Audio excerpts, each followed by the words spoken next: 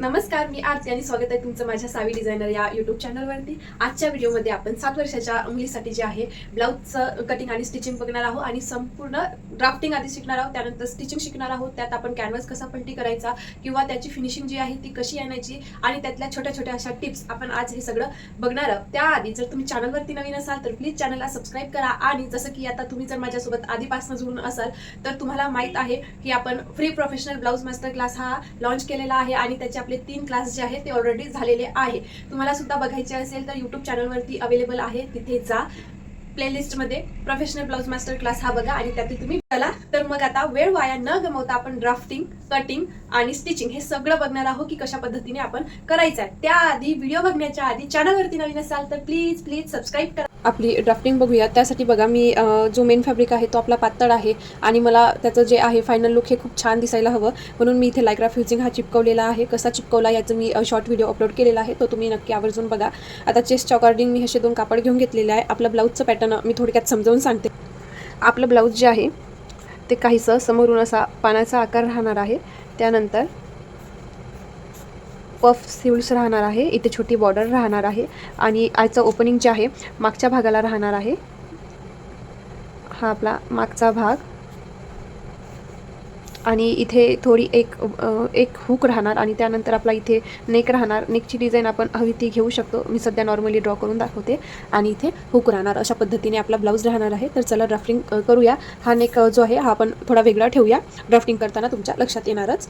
सगळ्यात आधी मी अशी ही लाईन ड्रॉ करून घेतलेली आणि आता आपण इथून मापे आता आपल्याला इथे शोल्डर टाकायचं आहे. तर जेवढं शोल्डर आहे इथे तुम्हाला अर्ध घ्यायचं आहे. माझं 9.75 आहे, तर 4.875 असं त्याचं काहीसं उत्तर येणार. तर मी काय करणार, इथे जे आहे 5ला 2 लाईन कमी इतकं घेणार आणि त्यानंतर आपल्याला इथे आर्महोल टाकायचं.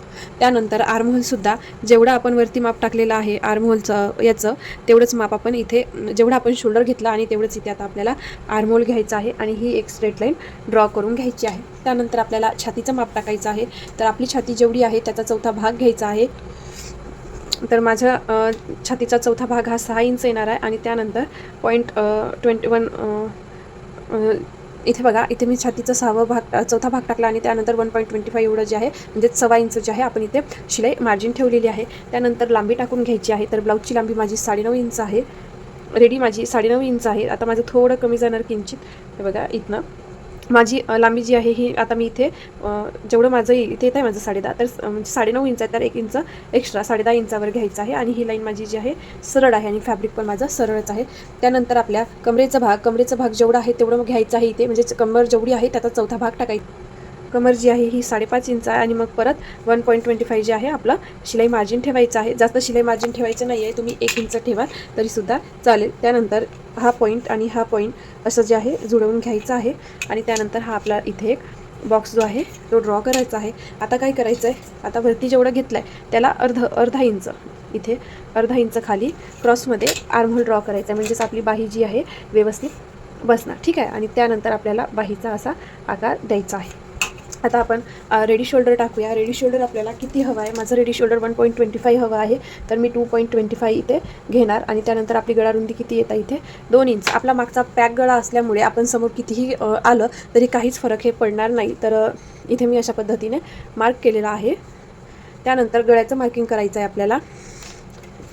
गळा जो आहे इथे मी हा 4 इंचाचा गळा आपला रेडी ठेवणार आहे, म्हणजे 4.5 इंचाचा गळा मला रेडी हवा आहे. त्यात आता आपण इथे एक बॉक्स टाकून घ्यायचा आणि त्यानंतर आपल्याला गळ्याचा आकार असा ड्रॉ करून घ्यायचा आहे. अशा पद्धतीने आपलं हे ड्राफ्टिंग झालेलं आहे. आता आपल्याला कटिंग करायचं आहे, तर त्याआधी काय करणार, ही आपली दुसरी बाजू घेणार, हे बाजूला करणार, ही दुसरी बाजू घेणार आणि इथे अर्धा इंच शिलाई मार्जिन आपल्याला, म्हणजेच इथे आपण जेव्हा हुक आणि आय लावू तर त्यासाठी आपल्याला मार्जिन हवं, म्हणून या अर्धा इंचावर आपण इथे एक सरळ लाईन ड्रॉ करायची. इथे बघा, अशी मी ही लाईन ड्रॉ केली आणि हे माप सगळे आपले इथे इक्वल असं ठेवून द्यायचं आहे. ठीक आहे. हे आपलं असं इक्वल ठेवून दिलेलं आहे. खालचा फॅब्रिक वरचा फॅब्रिक हा माझा व्यवस्थित आहे. आता आपल्याला कट करायचं आहे. तर कट करताना फक्त आपल्याला इथे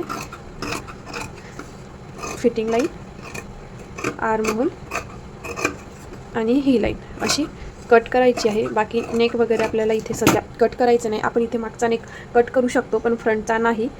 तर इथे बघा मी इथं आपली नेक जी वीथ जी आहे कुठे येणार ते इथे कट केलं आणि त्यानंतर मी हा आपला समोरचा गळा देखील कट करून घेत आहे. हा आपला फ्रंटचा नेक जो आहे हा कट झालेला आहे.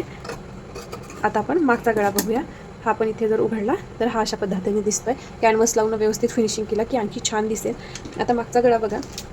मागचा गळा मी इथे अनकम्फर्टेबल वाटायला नको म्हणून 2.5 इंचावरती इथे 2.5 इंचावरती मी ही अशी इथे सरळ लाईन ड्रॉ करते. त्यानंतर बघा आता मला एक हुक लावायची आहे, तर मग ती अर्धा इंचावर माझी एक हुक लागणार. पण मला त्यासाठी मी जेव्हा गळ्याची फिनिशिंग करेन आणि इकडली फिनिशिंग करेल तर त्याला पण मला शिलाई मार्जिन हे हवं. तर मी इथे 1.5 इंचावरती अर्धा इंच आपण शिलाईमध्ये जाऊ देणार. त्यासाठी 1.5 इंचावरती मी अशी ही मार्क करणार, खूण करणार. आणि मागची रेडी पट्टी गळ्याची किती इंच हवी आहे, तर मला मागची रेडी पट्टी जी आहे ही 1.5 इंचाची हवी आहे. तर मी इथे 2.5 इंचावरती मार्क करणार आणि मग जो हा आपला पार्ट येईल त्यात आपला गळा येणार. तर आता त्यासाठी बघा परत काय करणार मी, ही अशी सरळ लाईन आणि ही अशी सरळ लाईन अशी ड्रॉ करणार. ठीक आहे. आता ही आपली गळ्याची रुंदी आलेली आहे. तर इथपर्यंत मी लाईन ही अशी डार्क केली. मग इथे डॉट डॉट दिले आणि इथे आपल्याला आता आपला गळ्याचा आकार ड्रॉ करायचा आहे. तर आपण आधी हा गळ्याचा आकार वरचा ड्रॉ करून घेऊ. तर त्यासाठी बघा मी इथे फ्रेंच कॉर घेतलेला आहे. फ्रेंच कॉर करू घेतला आणि असा शेप ड्रॉ करून घेतला. आता आपण इथे पंतीचा आकारसुद्धा देऊ शकतो किंवा इतर कोणता आकार देऊ शकतो. तर मी इथे बघा काहीसा हा अशा पद्धतीने आकार देणार आणि इथे थोडं लेस लावायची आहे आपल्याला इकडे, किंवा मी इकडे बघा नॉर्मली राऊंड शेप असा देणार आणि याच्यावरती मी लेस लावणार. ठीक आहे. हा अशा पद्धतीने मी याचा शेप दिलेला आहे गळ्याचा आणि हा थोडासा लाईटली वर घेणार. असा मी इथे गळ्याचा आकार ड्रॉ केलेला आहे किंवा हा आपण असा सरळ घेतला तरीही चालेल. आता हे मागचं आपलं ड्राफ्टिंग झालेलं आहे. आता आपण याचं कटिंग करूया. मागचा गळा पण आपल्याला इथे कट करून घ्यायचा आहे.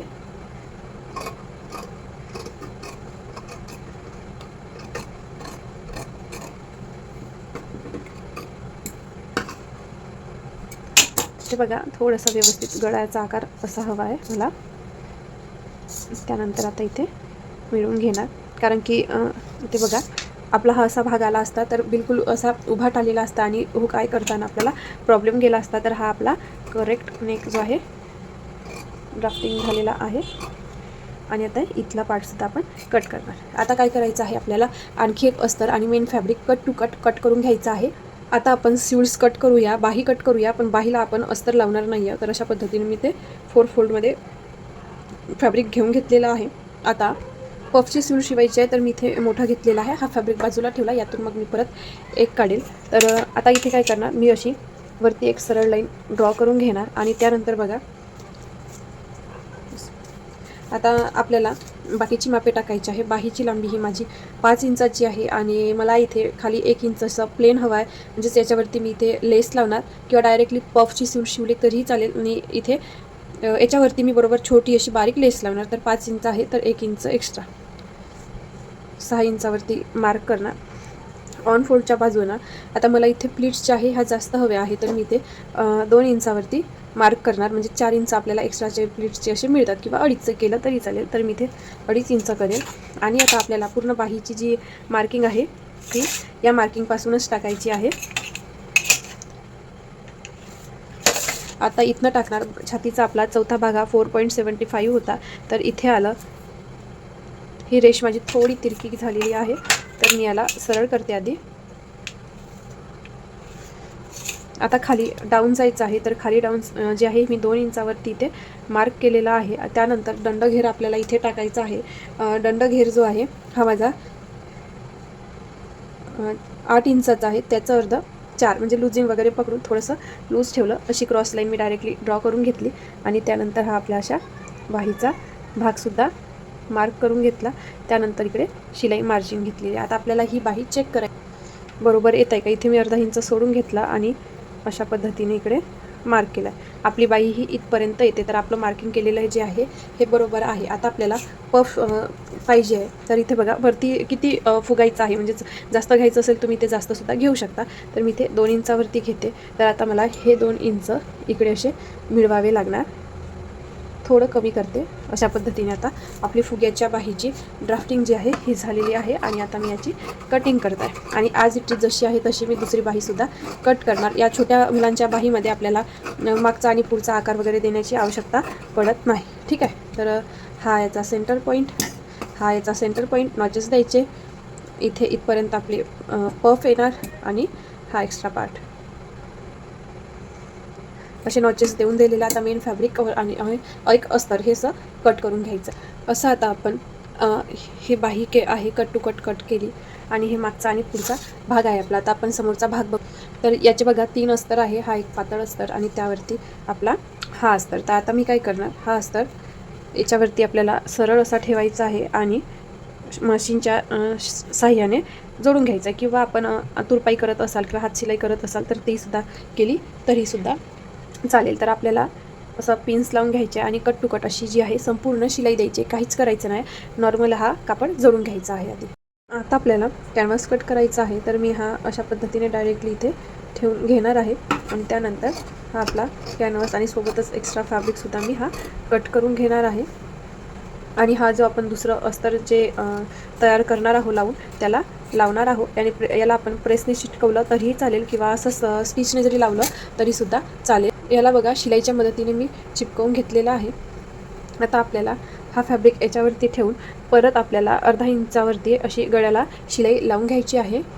इथे मी शिलाई अशी लावून घेतलेली आहे आणि परत हा एक्स्ट्रा फॅब्रिक कट करून घ्यायचा आहे. सेंटरमध्ये इथपर्यंत असा कट लावायचा आहे आणि त्यानंतर आपल्याला संपूर्ण याला असे छोटे छोटे कट्स जे आहे ते लावून घ्यायचं आहे. आणि अशीच तुम्ही तुमच्या ब्लाऊजची सुद्धा फिनिशिंग जी आहे ती करू शकता. आता झालं. आता काय करणार, आपण याला पलटवून घेणार. पलटवायच्या आधी बघा हा अस्तर आणि हा मेन फॅब्रिक सगळं जे मार्जिन आहे याच्या कडेला जाऊ द्यायचं आणि इथून इथपर्यंत दाबटीप द्यायची. परत इथून इथपर्यंत दाबटीप स्टिच जी आहे ती द्यायची, इथल्या पार्टला द्यायची नाही आहे. आता बघा आपण इथपर्यंत डाब स्टिच दिली आणि इथून इथपर्यंत आता याला पलटवून घेऊया. म्हणजेच तुम्हाला लक्षात येईल की आपली फिनिशिंग ही किती वाव अशी आलेली आहे. तर इथे बघू शकता हा आपला गळा किती सुंदर आलेला आहे. आता बघा हा कमरेचा पार्टसुद्धा आपल्याला स्टिच करून घ्यायचा आहे. तर काय करायचं, इथे एक लाईन इतकं अस्तर असं बाहेर जाऊ द्यायचं आणि याच्यावरती अशी सरळ शिलाई लावून घ्यायची आहे. इथे बघा अशी सरळ मी इथे शिलाई लावली आहे. आता परत याच्यावरती पण आपल्याला दाब स्टिच द्यायची आहे. दिली नाही तरीही चालेल, आपलं अस्तर हे खाली लोंबणार नाही. ऑलरेडी आपण इथनं शिलाई लावलेली आहे, पण तरी एक सेफ्टी म्हणून सांगते. आता हे फॅब्रिक असं हे बघा, हे मार्जिन आणि हे मेन फॅब्रिक असं सगळं यावरती द्यायचं आणि दुरून अशी एक इथे सुद्धा आपल्याला शिलाई द्यायची आहे. तर ती शिलाई कशी तुम्ही इथे बघू शकता. हा पार्ट असा पद्धतीने ठेवला आणि अशी शिलाई जी आहे आपण इथे देत आहोत. संपूर्ण पार्टला आपल्याला अशी शिलाई द्यायची आहे. आता इथपर्यंत दिली. परत याला असं, कारण की आपली पूर्ण शिलाई आली नसती, कारण की आपला मधातला गाठा फार छोटा आहे. तर त्यासाठी अशा पद्धतीने परत इतकी शिलाई दिली आणि आता ही अशी नीट काढून घेतलेली आहे. आता या फॅब्रिकला आपण सरळ करून बघूया की आपली फिनिशिंग जी आहे ती कशी आलेली आहे. तर तुम्ही इथे बघू शकता की आपली ही फिनिशिंग किती छान आणि सुंदर अशी आलेली आहे. आता आपण काय करूया, आता बॅक पार्ट स्टिच करूया आणि हा पार्टसुद्धा इकडे असं नॉर्मल स्टिच जी आहे ती लावून घेऊया. आता इथे बघा आपण अशी फिनिशिंग जी आहे ही देऊन झालेली आहे. चा पार्ट रेडी करून घेतला, तसंच एक पार्ट मी मागचा रेडी केला. तर हा कसा केला बघा, इथे बघा अशा पद्धतीने हा मी एक अस्तर घेतलं. ठीक आहे, अस्तरला असा मी कॅनव्हास लावला, जसं की आपण या गळ्यामध्ये लावलेलं होतं तसं कॅनव्हास लावला. मग परत कट टू कट आपली स्टिच लावली आहे अशी. इथे नाही लावायची आहे स्टिच, परत अशी इथपर्यंत अशी स्टिच लावायची. मग छोटे छोटे कट्स लावायचे आणि मग कापड पलटवायचा. अशा सोप्या पद्धतीने तुम्ही याचं अल्टरनेशन करू शकता. इथे छोटे छोटे असे कटसुद्धा लावले आणि आता आपण कापड हा पलटवून घ्यायचा आहे अशा पद्धतीने. इथे बघा आपण हुकायची पट्टी आपली रेडी केलेली आहे आणि त्यानंतर ही अशी आपण जशी फिनिशिंग आली याची बघू शकता. क्रॉसची खालची ही क्रॉस पट्टी किंवा ही खालची पट्टी. तर मी काय करणार, हा फॅब्रिक मी परत उलट करणार आणि मला इथे एक लाईन माझं कमी झालेलं आहे, तिथे सुद्धा शिलाई करणार मी. याचा कॅनव्हास थोडा माझा उलटा लागला होता, त्यामुळे मी फाडला आणि बिना कॅनव्हासनेच आपला नेक मी इथे पलटी केला. तरीसुद्धा तुम्ही त्याचं फिनिशिंग बघू शकता. नॉर्मली अशी शिलाई देणार आणि त्यानंतर परत इथे अर्धा इंचावरती शिलाई देणार. म्हणजे या पद्धतीने आपला पॅटर्न रेडी होणार. इथे मी शिलाई लावून घेतली आणि परत मी हा कापड पलटवून घेतला. तर आता इथे बघू शकता आपलं बिलकुल असं इक्वल आलेला आहे, काहीच आपलं कमी जास्त झालेलं नाही आहे. आता आपल्याला इथे हुक आणि आयची पट्टी रेडी करायची आहे. आता मी ही एक पट्टी घेतली, थोडी मोठी घेतली, नंतर मी कट करून घेणार. ही पट्टी मी याची कॉर्नर असे तुंबरून थोडीशी अर्ध्या इंचावरती शिलाई लावून घेणार आहे. तिथे बघा अशी शिलाई लावलेली आहे आणि नंतर हा कापड मी असा सरळ करून घेणार आणि आता आपल्याला हे तुमडायचं आहे. म्हणजेच कुठे तर हा असं पकडून याला थोडं एक करणार आणि असं इथे दुमडून घेणार. इथे आपली जी आहे हुक लावणार आपण, इथे आपली हुक लावणार. तर स्टिच लावून घ्यायची आहे याच्यावर. इथे सुद्धा आपल्याला तशाच पद्धतीने पट्टी दुमडायची आहे. तर इथे बघा, इथे थोडंसं आपलं अर्धा इंच असं वरती यायला हवं इथे. आता हे एक्स्ट्राचं मी कट करून घेणार. हा कॉर्नर इथे दुमडणार आणि इथे पण आपल्याला अर्धा इंचावरून स्टिच लावायची आहे. इथे अशी मी शिलाई लावलेली. आता मी याला पलटवून घेणार. थोडं माझं उलट झालं पण मी आता परत शिलाई काढत बसणार नाही आहे. एक्स्ट्राचं मी कट केलं. माझं हे उलटच झालं आहे. तर मी हे जे दोन बाजू आहे या खाली यायला होतं आणि हे असं वरती यायला होतं. तर मी शिलाई काढून परत शिलाई लावते. हे बघा अशी मी व्यवस्थित शिलाई लावली. आता ही अशी शिलाई मी इथे तुंबून घेणार. पण ती मला आता अशी नॉर्मल एक फोल्ड करून परत ही अशी एक फोल्ड करून याच्यावरती शिलाई लावून घ्यायची आहे. आता अशी ही एक बाजू तयार झालेली आहे, तशीच ही दुसरी बाजू करायची आहे. पण आपल्याला ही पट्टी आता वरच्या बाजूने ठेवायची आहे. एक्स्ट्रा इथे आपले आय लागणार आहे. तर परत मी अशी पट्टी घेतली आणि परत मी इथे थोडी थोडी एक्स्ट्रा घेतली आणि याच्यावर आपल्याला आता शिलाई लावायची आहे. इथे बघा ही अशी शिलाई मी लावली. आता ही परत मी शिलाई अशी खोलणार, उघडी केली आणि आता इथे एक अशी पट्टी फोल्ड करून आता मग आपल्याला अर्धा इंच हे वरती लावू द्यायचं आहे. अशा पद्धतीने इथे पट्टी तुमडली की ही पट्टी आपली एक्स्ट्रा दिसायला हवी आणि याच्यावरून आता मी शिलाई लावणार आहे आणि ही बाजू सुद्धा अशीच रेडी करायची आहे. अशा पद्धतीने ही रेडी झाली. आता ही पण तशीच करून घ्यायची आहे.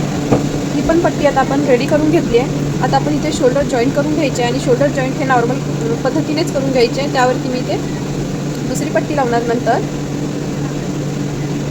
कारण की आर्महोलची ही बाजू मी पलटवलेली आहे पण ही टोचणार. म्हणून मी काय करते, ही आर्महोलची शिलाई इथून इतकी मी काढून घेणार आणि इकडे तर मी केलेलीच नाही आहे. तर एक ही बी बाजू सांगते आणि एक मी तयार करून ठेवली. ठीक आहे. तर आता ही बाजू आपली इकडे येणार. इथे बघा व्यवस्थित लक्ष द्या. तर इथे मी असं ठेवणार आणि त्यानंतर हे अस्तर असं फोल्ड करणार आणि त्याच्यावर अर्धा इंचावरून आता आपण शिलाई लावून घ्यायची आहे. इथे आता मी इथे अशी शिलाई लावलेली आहे आणि मी जर हा कापड सरळ करेल तुम्ही याची फिनिशिंग बघू शकता. ठीक आहे. आता इकडच्या बाजूने आता हा एक्स्ट्राचा फॅब्रिक आपण इथे आधी अस्तर जोडून ठेवूया आणि मग हा कट करून घेऊया. दुसरी पण बाजू इथे अशाच पद्धतीने तयार करायची आहे.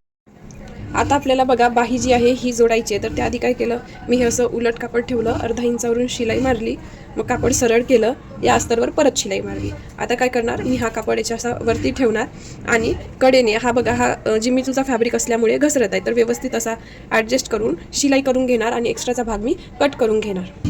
आता हे बघा मी हे जोडून घेतलं, एक्स्ट्राचं फॅब्रिक मी कट करून घेतलं. आता काय करणार, मी सगळ्यात आधी खाली इथे जेवढं मार्जिन घेतलं आपण 1.5 इंच म्हणा 2 इंच म्हणा एवढं सोडून द्यायचं आणि त्याच्यानंतर अशा छोट्या छोट्या आपण प्लेट्स घ्यायच्या. तर प्लेट्स पण घेताना डायरेक्टली कडेपासून नाही घ्यायच्या, थोड्याशा दूरच घ्यायच्या. अशा पद्धतीने इथे छोट्या छोट्या अशा आता प्लेट्स घेऊन घ्यायच्या आणि यांचं टोन जे आहे एकाच दिशेने ठेवायचं आहे. जेव्हा आपण वरची प्लेट स्टिच करू तेव्हा विरुद्ध दिशेने करायचं, म्हणजे जेणेकरून आपल्या जो ब्लाऊज आहे त्या स्लीव्सचा पफ जो आहे दिसायला हवा म्हणून. आता बघा इथे एवढं करून झालं, मी अंदाजाने केलं तरी माझं बरोबर येतं. तुम्ही जर नवीन असाल तर आधी मोजून ट्राय करा. आता बघा ही प्लेटची टोन इकडे आहे, इकडच्या दिशेने याला दुमडला, याचं असं विरुद्ध दिशेने मी याला असं दुमडणार आहे.